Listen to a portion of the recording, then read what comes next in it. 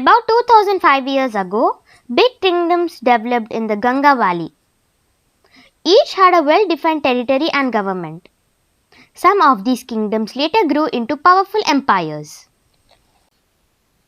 Our main source of information about this period are the Vedic texts, such as the Brahmanas and the Upanishads, and Buddhist texts, such as the Jataka tales.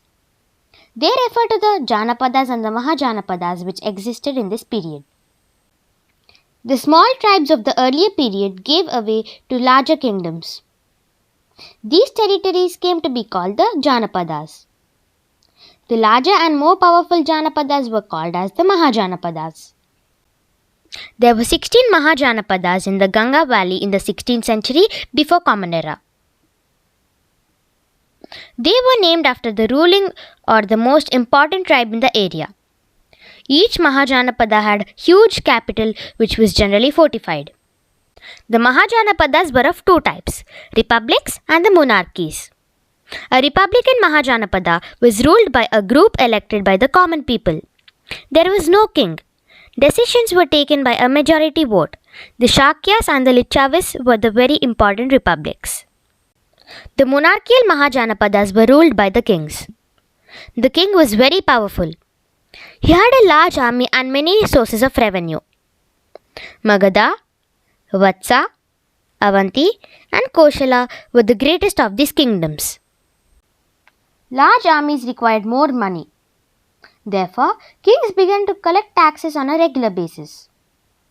They appointed officers to collect taxes from the people. The farmers gave 1/6 of the produce to the king. This was called bhaga or share of the produce.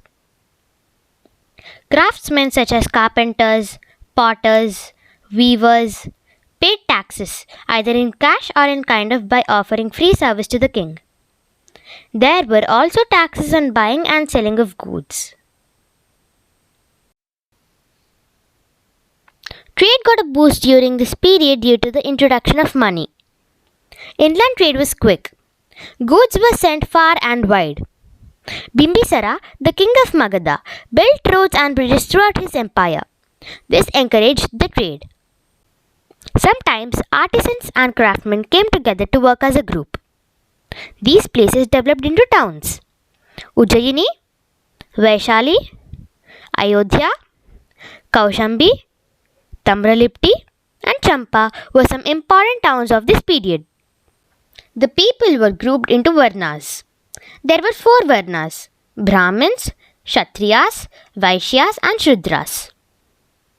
The Brahmins were expected to teach the Vedas and perform religious rituals and sacrifices.